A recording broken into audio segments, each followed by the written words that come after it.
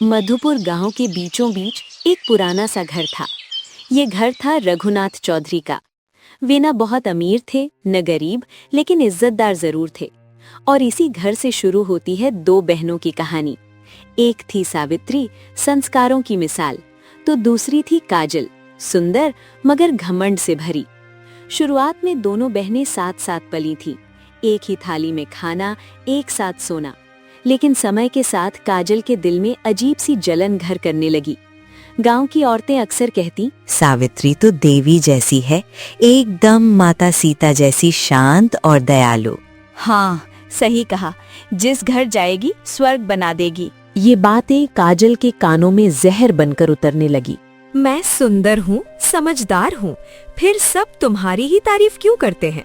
तुम्हारे पास तो ना शक्ल है ना अकल, इसके बावजूद सब तुम्हें ही मक्खन लगाते फिरते हैं। सावित्री चुप रही, क्योंकि उसे लगता था काजल समय के साथ सब समझ जाएगी। एक दिन रघुनाथ ने दोनों बेटियों को बुलाया। बेटा, अब तुम दोनों की शादी का समय आ गया है। सावित्री ने सिर झुका लिया। काजल की आंखों में चमक आ गई। पहले सावित्री के लिए रिश्ता आया अर्जुन का। अर्जुन गरीब था और खेतों में काम करता था, लेकिन दिल से साफ और नेक दिल था। काजल ने जब ये सुना तो वो हंस पड़ी। वाह दीदी, किसान पति, अब खेत में ही जिंदगी कटेगी। वैसे भी आपको तो बंधुआ मजदूरी करना अच्छा लगता है। काजल की बात पर सावित्री ने कुछ नहीं कहा, जबकि हरिनाथ ने कहा, हाँ, वो गरीब है लेकिन मेहनती और ईमानदार है, और साथ ही नेक दिल भी। सावित्री उसके साथ बहुत खुश रहेगी। जी बाबूजी, जैसा आप ठीक समझे। वहीं दूसरी तरफ काजल के लिए विक्रम का रिश्ता आया, जो एक जाना माना व्यापारी था। पक्का मकान, नौकर चाकर, सब कुछ था उसके पास। ये सुनते ही काजल का घमंड आसमान छूने लगा। देखा बाबूजी, किस्मत भी समझती है कि कौन किस लायक है। हरिनाथ ने काजल को जवाब नहीं दिया, क्योंकि वो उसकी रग रग से वाकिफ थे। खैर, शादी तय हो गई और जल्द ही दोनों बहनों की शादी भी हो गई। सावित्री शादी करके अर्जुन के साथ उसके घर आ गई। अर्जुन का घर छोटा था। मेरे पास ज्यादा कुछ तो नहीं है, लेकिन कोशिश करूंगा कि तुम्हें कभी किसी चीज की कमी ना हो। मुझे और कुछ नहीं चाहिए, बस आपका साथ काफी है मेरे लिए। उधर जब काजल अपने ससुराल पहुंची तो आलीशान घर, नौकर चाकर, सारे ऐशो आराम थे। इतनी दौलत शोहरत, सब मेरा। अब तो मेरे ऐश ही ऐश है। अब तो सावित्री मुझसे नजर तक नहीं मिला पाएगी। इस तरह दौलत शोहरत के गुरूर ने काजल का घमंड दुगना कर दिया था। ओए कमला, ये मेरा कमरा ठीक से साफ क्यों नहीं किया? लेकिन मैंने तो सुबह ही साफ किया था छोटी मालकिन। तो क्या मैं झूठ बोल रही हूँ? नौकर हो, नौकर बनकर रहो। जाओ जल्दी से यहाँ पोछा लगाओ, और हाँ, किसी नौकर को मेरे लिए नारियल पानी लाने को बोलो। जी छोटी मालकिन, मैं अभी कर देती हूँ। इसी तरह कुछ महीने गुजर गए और तीज का त्योहार आ गया। दोनों बहनें मायके पहुंची। सावित्री ने साधारण साड़ी पहनी थी, तो काजल ने रेशमी साड़ी, सोने के गहने और हाथों में रंग बिरंगी चूड़ियां पहना हुआ था। गांव की कुछ औरतें भी तीज की पूजा करने आई हुई थीं। तभी काजल ने अपनी बहन का मजाक बनाते हुए कहा, और बताओ दीदी, कैसा चल रहा है सब? जीजा जी तुम्हें खाना भी देते हैं कि नहीं? मैं तो भूल ही गई, खुद खाने के लाले पड़े हुए हैं, तुझे कहाँ से खिलाएंगे? काजल की कड़वी बातें सुनकर सावित्री का दिल टूट गया, लेकिन अपनी बहन को नीचा दिखाकर काजल को बड़ा मजा आया। दिन ढलने पर दोनों बहनें अपने अपने घर लौट गईं। ऐसे ही दिन गुजरने लगे। सावित्री की जिंदगी आसान नहीं थी। सुबह सूरज निकलने से पहले उठना, चूल्हा जलाना, खाना बनाना, पति के साथ खेत जाना और दिन भर कड़ी मेहनत करना। शाम होते होते सावित्री थक कर चूर हो जाती थी, लेकिन उसने कभी शिकायत नहीं की। सावित्री, क्या तुम मुझसे नाराज हो क्योंकि मैं तुम्हें वो आराम की जिंदगी नहीं दे पा रहा जिसके बारे में तुमने सोचा होगा? अरे नहीं नहीं, आप ऐसी बातें क्यों कर रहे हैं? आप जैसा इतना प्यार करने वाला पति मुझे मिला, और मुझे क्या चाहिए? हम दोनों साथ हैं तो ये मुश्किल वक्त भी गुजर जाएगा। अच्छा चलो, आज का खाना मैं बनाता हूँ, तुम बैठकर आराम करो। अरे नहीं नहीं, मैं बना दूंगी। आप कैसे बनाएंगे? क्यों, मैं क्यों नहीं बना सकता? आज मैं अपनी प्यारी सी पत्नी को अपने हाथ से बनाकर खाना खिलाऊंगा। तुम बस बैठो और आराम करो। इस तरह अर्जुन ने चूल्हा जलाया, खाना बनाया और उसके बाद अपने हाथों से सावित्री को खाना भी खिलाया। एक तरफ जहां अर्जुन अपनी पत्नी से बहुत प्यार करता था, तो वहीं दूसरी तरफ काजल को पूरा ऐशो आराम मिल रहा था। लेकिन एक चीज की कमी उसे खलने लगी थी, और वो था पति का प्यार और इज्जत। एक रोज जब काजल नहाकर बाहर आई तो सिर पर पल्लू रखना भूल गई। तभी उसकी सास ने उसे देख लिया। अरे मुई, मायके से कुछ सीखा नहीं क्या? घर में बहू कैसे रहती हैं उसके तौर तरीके पता है कि नहीं? अरे तू अब छोरी नहीं रही, इस घर की बहू बन चुकी है। कम से कम इसकी मर्यादा का ख्याल तो रख। माफ कीजिए मम्मी जी, गलती हो गई, आगे से ध्यान रखूंगी। अरे क्या खाक ध्यान रखेगी? पता नहीं उन्होंने क्या देखकर तुझ जैसी 2 कौड़ी की लड़की से मेरे फूल से बच्चे की शादी कर दी। गरीब गवार कहीं की। अपनी सास की बात सुनकर काजल का दिल टूट गया। उसने जो ऐशो आराम सोचा था वो तो उसे मिला था, लेकिन उसके बदले में उसके हक का प्यार और इज्जत उससे छिन गई थी। शुरुआत में काजल की जिंदगी किसी रानी से कम नहीं थी। रेशमी साड़ियाँ, गहने, कपड़े, नौकर चाकर, लेकिन धीरे धीरे उसे एहसास होने लगा कि पति के प्यार बिना ये सब चीजें अधूरी हैं। विक्रम दिन भर दुकान में रहता, शाम को घर आता थका हुआ और सीधे ही खाना खाकर सो जाता। इससे परेशान होकर एक दिन काजल ने कहा, तुम मेरे लिए समय क्यों नहीं निकालते? औरत हो, औरत बनकर रहो, ज्यादा सवाल जवाब मत किया करो। तुम्हें सारा ऐशो आराम मिल रहा है, यही बहुत है। काजल, जिसे अपने हुस्न पर गुरूर था, वो विक्रम की बात सुनकर चकनाचूर हो गया। खैर, कुछ और दिन ऐसे ही गुजर गए और एक दिन खबर आई कि विक्रम का एक बड़ा सौदा डूब गया है। कारोबार में भारी नुकसान हो गया था। माँ, दुकान में बहुत बड़ा नुकसान हो गया है। जो बड़ा ऑर्डर आया हुआ था वो अचानक से क्लाइंट ने मना कर दिया। उस पर हमने कर्ज लेकर भारी इन्वेस्टमेंट कर दी थी। अब हम बुरी तरह कर्ज में डूब चुके हैं। बेटा, तू चिंता मत कर, जल्द ही सब ठीक हो जाएगा। बिजनेस में तो ऊंच नीच होती रहती है। ऐसे ही कुछ दिन गुजरे और विक्रम की दुकान पर कर्ज बढ़ने लगा। लोगों ने उधार समय पर वापस नहीं किया। विक्रम का बहुत पैसा फंस गया और सास का लहजा भी काजल के लिए बदल गया। अब साज श्रृंगार कम करो, हालात को समझो। इन गहने जेवरात को मुझे दे दो, जरूरत में काम आएंगे। इस तरह काजल ने अपने सारे गहने जेवरात उतारकर अपनी सास को दे दिए। जो काजल एक रानी की तरह रहती थी, उसके हालात अचानक से एक नौकरानी जैसे हो गए। उधर अर्जुन ने एक नया फैसला लिया। उसने कहा, अब हम सिर्फ फसल पर नहीं जी सकते, हमें कुछ और भी करना होगा। सावित्री ने भी अर्जुन की हिम्मत बढ़ाई। जी, जैसा आप सही समझे, मैं हर फैसले में आपके साथ हूँ। तो फिर ठीक है, मैं शहर में एक छोटी सी दुकान किराए पर ले लेता हूँ। हम खेत में ताज़ा फल सब्जियां उगाकर वहाँ बेचा करेंगे। इससे हमें मंडी से 10 गुना मुनाफा होगा।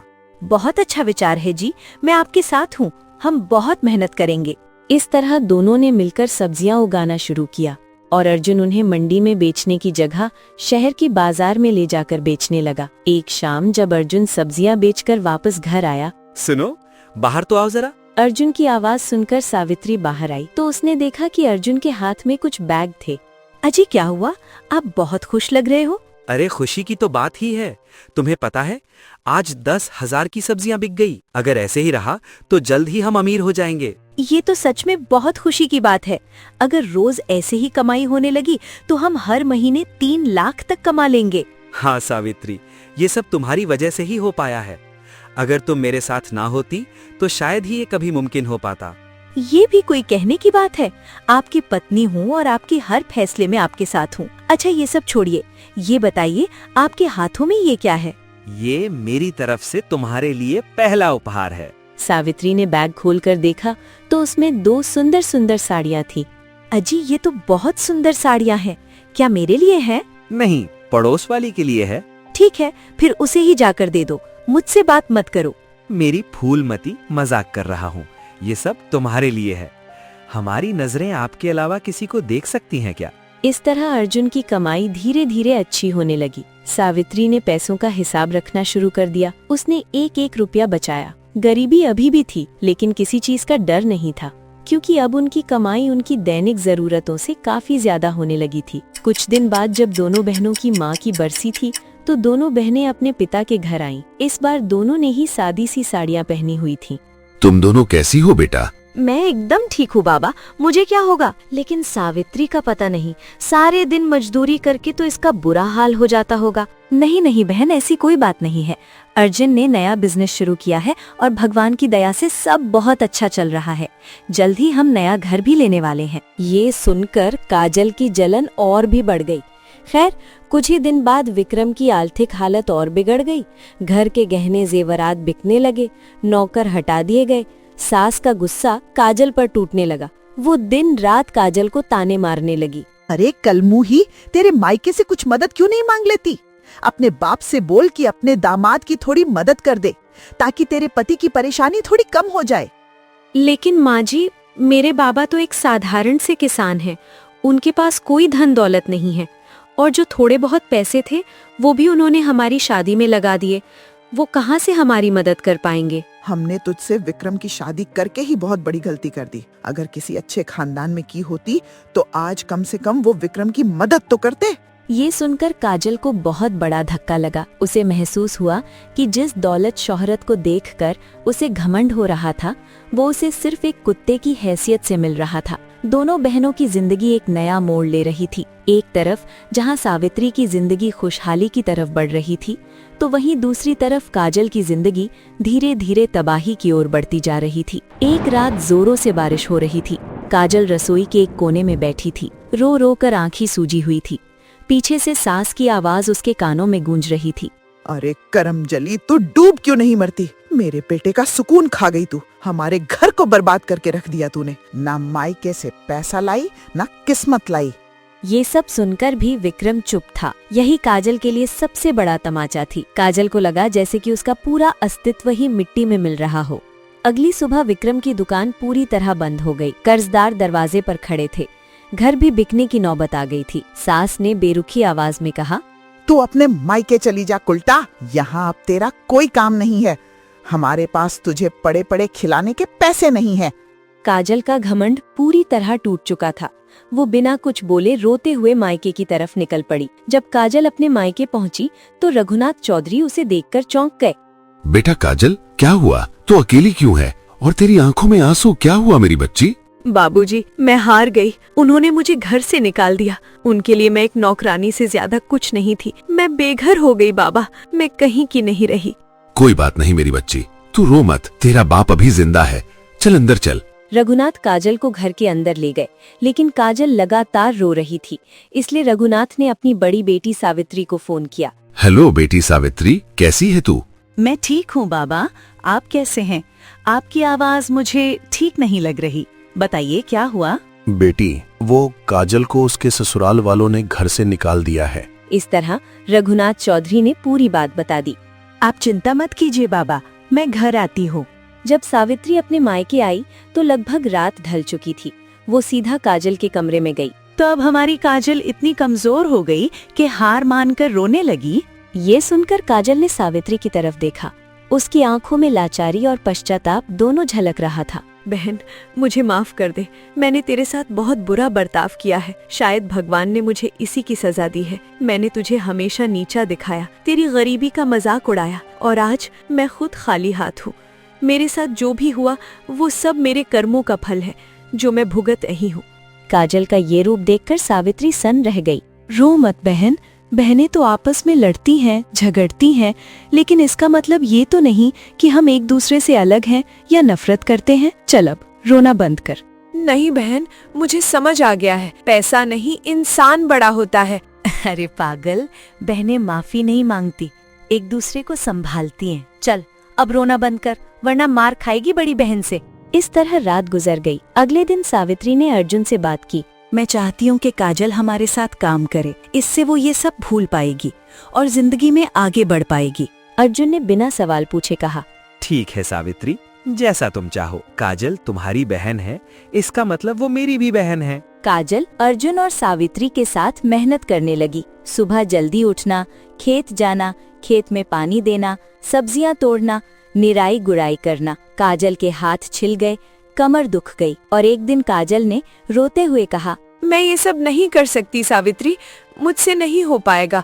मैं तुम्हारी जितनी मजबूत नहीं हूँ। काजल की बात सुनकर सावित्री ने शांत स्वर में कहा, हिम्मत मत हार काजल, मैंने भी सीखा था, तू भी सीख जाएगी और एक दिन कामयाबी तेरी कदम चूमेगी। इसी तरह दिन बीतने लगे। काजल ने अर्जुन और सावित्री के साथ काम करके कुछ पैसे इकट्ठे किए और खुद का एक रेस्टोरेंट खोलने का निश्चय किया। अर्जुन और सावित्री ने काजल का साथ दिया और जल्द ही काजल और सावित्री ने मिलकर पार्टनरशिप में शहर के बीचों बीच एक रेस्टोरेंट खोल लिया। रेस्टोरेंट बहुत अच्छा चलने लगा और जल्द ही काजल और सावित्री का नाम स्टार्टअप आइकन गर्ल्स के रूप में मशहूर हो गया। एक दिन विक्रम रघुनाथ के घर आया। नमस्ते पिताजी, काजल कहाँ है? अब तुझे काजल से क्या काम है? उसे दिया दुख काफी नहीं था क्या, जो तू फिर से चला आया उसके जले पर नमक छिड़कने? ऐसा मत बोलिए पिताजी, मुझसे भारी गलती हो गई। मैं काजल को वापस अपने साथ ले जाने आया हूँ। मैं इतनी परेशानियों के बीच क्या सही है और क्या गलत समझ ही नहीं पाया। बेटा, जो इंसान सही गलत ना समझ पाया इसलिए मेरी बेटी को छोड़ दिया, तो उस इंसान के साथ मैं अपनी बेटी को दोबारा कैसे भेज दूं, जो मेरी बेटी को इंसान नहीं कोई सामान समझता हो? मुझे अपनी गलती का एहसास है, मैं फिर कभी ऐसा नहीं करूँगा। विक्रम बोल ही रहा था कि तभी काजल और सावित्री भी वहाँ आ गई। तुम यहाँ क्या कर रहे हो? मैं काजल को अपने साथ वापस ले जाने आया हूँ। इतना सब करके तुम्हारा मन नहीं भरा कि तुम वापस आ गए? सावित्री, तुम बीच में मत बोलो, मैं काजल से बात कर रहा हूँ, तुम हमारे बीच मत आओ। विक्रम की बात सुनकर काजल ने तीखे अंदाज में कहा, मिस्टर विक्रम, तमीज में रहकर बात कीजिए। आप मेरी बहन से बात कर रहे हैं और मुझे आप ये बताइए, आज अचानक आपको मेरी याद कैसे आ गई? क्योंकि मुझे अपनी गलती का एहसास है। मैं तुम्हें वापस अपने साथ ले जाना चाहता हूँ। क्या मजाक है, मैं तुम्हारा अफसोस अच्छे से जानती हूँ। आज मेरे पास दौलत शोहरत आ गई तो तुम्हें मेरी याद आ गई। तुम सिर्फ लालची इंसान हो, बिन पैंदे के लोटे की तरह, जो आज यहाँ तो कल वहाँ। अपनी हद में रहो काजल, तुम मेरी बेइज्जती कर रही हो। बेइज्जती उसकी की जाती है जिसकी कोई इज्जत हो। आप जैसे लोगों की तो कोई इज्जत नहीं होती। अब चले जाइए यहाँ से, वरना हमें धक्के देकर बाहर निकालना पड़ेगा। मैं तुम सबको देख लूंगा। हाँ हाँ, देख लेना, अब जा यहाँ से। इस तरह विक्रम आग बबूला होकर वहाँ से चला गया। इसके बाद दोनों बहनों ने बहुत तरक्की की। फिर सावित्री और अर्जुन ने मिलकर काजल के लिए बहुत अच्छा लड़का ढूंढा और काजल की शादी वरुण से करवा दी और इस तरह दोनों बहनें खुशी खुशी रहने लगी।